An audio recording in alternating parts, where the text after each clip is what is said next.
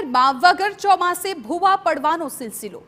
પાલ walkway ખાતે એક રસ્તો છે, એ રસ્તા વચ્ચોવચ્ચ ભૂવો પડ્યો।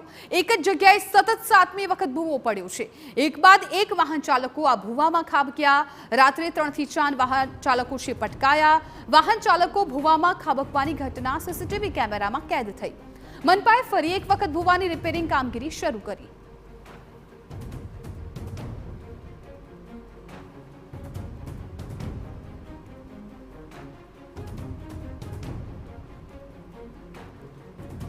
તો ભર શિયાળે ચોમાસા જેવા દ્રશ્યો છે એ સુરત શહેર ડાયમંડ સિટી કહેવાતા શહેરમાંથી સામે આવી રહ્યા છે। કેટલાક વિસ્તારોની અંદર વગર ચોમાસે ચોમાસા જેવી સ્થિતિ છે તે જોવા મળી રહી છે, કારણ કે ચોમાસાની અંદર સુરત શહેરના રોડ રસ્તા ખરાબ થતા હોય છે, ભૂવા પડવાની જે સ્થિતિ સર્જાતી હોય છે, ત્યારે વગર ચોમાસે સુરતના પાલ કેનાલ રોડ ઉપર આવેલા જે ભૂવા પડવાની જે સ્થિતિ છે તે સર્જાઈ હતી।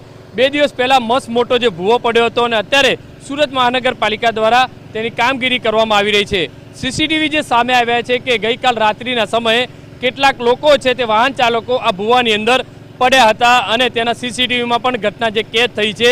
સુરત મહાનગરપાલિકા દર વર્ષે આ જે કામગીરી કરે છે, બતાવવા પૂરતી જે કામગીરી કરતા હોય તે રીતના દ્રશ્યો છે તે જોવા મળી રહ્યા છે। એ સ્થાનિક લોકો છે તેમની સાથે વાત કરીશું। શું કહેશો, કઈ રીતના ભૂવા પડે છે અને કઈ રીતની સ્થિતિ? લગભગ છેલ્લા 6-7 વર્ષથી કાયમ માટે 2 થી 3 મહિનામાં કામગીરી ચાલે છે। કાયમ ભૂવા પડે છે। ખબર નહીં આ લોકોને કંઈ ફોલ્ટ નથી પકડાતો કે એ લોકોની મિલીભગત છે, અમને કંઈ ખબર નથી પડતી। આનું પરમેનન્ટ સોલ્યુશન આવે એવી અમે આ લોકોને ઈચ્છા વ્યક્ત કરીએ છીએ અને આનું પરમેનન્ટ સોલ્યુશન આવવું જોઈએ, કારણ કે દર વખતે આ તમે જુઓ છો એટલો બિઝી રોડ છે પાલનપુરનો રસ્તા, અહીંયા સોસાયટીઓ છે, અહીંયા સ્કૂલો છે, આવવા જવામાં બહુ તકલીફ પડે છે લોકોને। હદ થઈ ગઈ હવે તો એમ કે આ લોકોને પણ હવે કેટલા સમયે ભૂવા પડ્યા છે? છેલ્લા 3 મહિનાની વાત કરીએ તો 4થી 5મી વખત ભૂવો પડ્યો। હા, 3 થી 4 મહિનામાં થાય છે આ ભૂવા પડે છે। હજુ આ રિપેર કરી જશે, આ કમ્પ્લીટ થશે, પછી પાછો મહિનામાં થઈ જશે, પાછો 15-20 દિવસમાં આને આ જ પરિસ્થિતિ ઊભી થશે। હારે પડી ગયા અને લોકોને વાગ્યું છે અહીંયા, એ લોકોને ખબર જ નથી પડતી। કોર્પોરેશનને કમ્પ્લેન કરીએ પછી એ લોકો આવે છે અહીંયા। શું કહેશો, કઈ રીતની સ્થિતિ છે સુરત શહેરના રોડ રસ્તાને? આ રોડ ઉપર અનેક વાર લોકો પડી ચૂક્યા છે। સાહેબ, સુરતમાં આ એરિયામાં તો ખાડાની તકલીફ છે। પર્ટિક્યુલર જે એરિયા છે ત્યાં જ્યાં સુધી મને યાદ છે દર 3-4 મહિને 6 મહિને કંઈ ને કંઈ સમારકામ એ લોકોનું ચાલતું હોય છે। શું સમારકામ કરે છે એ તો અમને ખબર નથી। ઇવન આખા સુરતની વાત કરીએ તો આખા સુરતમાં બી આ તકલીફ, રોડની તકલીફ તો ભયંકર છે। ઇવન પાલનપુર ગામમાં તમે જાઓ કે ગૌરવ પથ પર કે કશે બી જાઓ તો ગટરના ઢાંકણા એટલી હદે રોડના લેવલથી નીચા હોય છે કે તમને આજે સમજો કે હું મારી વાત કરું તો હું પોતે હાર્ટ પેશન્ટ છું, મને 4 સ્ટેન્ડ નખાવેલા છે અને સુરતના રોડ પર જે ખાડા ટેકરા નડે છે એને લીધે અમને બી અસર થાય જ છે।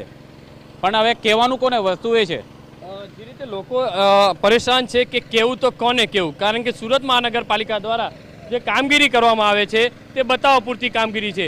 અત્યારે અહીંયા માજી છે, તેમની સાથે વાત કરીશું। માસી, શું કહેતો, કેમ બેસવું પડ્યું? ભાઈ મારી ઉંમર છે 70 વર્ષ, મને બાયપાસ કેન્સરનું ઓપરેશન કરાવી, અમારા વોકવે જવું હોય, આવું જવું હોય તો એટલો રસ્તો ખરાબ છે। અઠવાડિયે 15 દિવસે આ પોઝિશન છે અને ટ્રાફિક તો હદ વગરનો છે। હવે અમારે જે બિલકુલ કશી કામગીરી કરતા નહીં। હું તો એટલું માનું ભાજપ 2 હાથ જોડીને 2 હાથ ત્રીજું માથું પગે લાગુ છું। જોઈ શકાય છે કે શાસક પક્ષને 2 હાથ જોડી અને ત્રીજું માથું છે નમન કરી રહ્યા છે, કારણ કે સુરત શહેરના રોડ રસ્તાની હાલત તે રીતની જોવા મળી રહી છે। ત્યારે જોવાનું રહ્યું કે આ રોડ ઉપર છેલ્લા ઘણા સમયથી ભૂવા પડવાની જે સ્થિતિ સર્જાઈ રહી છે તેને લઈને હવે ચોક્કસપણે નિરાકરણ કઈ રીતે આવશે। કેમેરામેન સંજય ચંડેલ સાથે બલદેવ સુથાર, TV9 સુરત।